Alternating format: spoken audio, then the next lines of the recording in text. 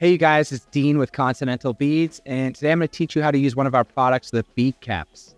These can be a little bit tricky to tie off, so I'm going to show you some tips how you can get it done.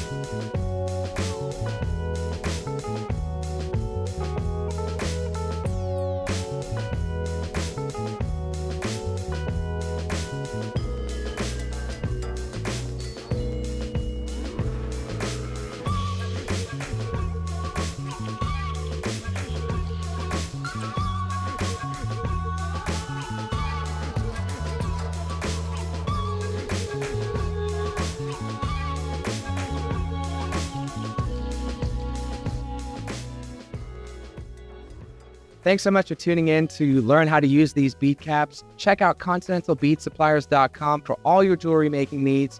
Please like and comment and subscribe to our YouTube channel. Thank you so much. My name's Dean, and I'll see you next time.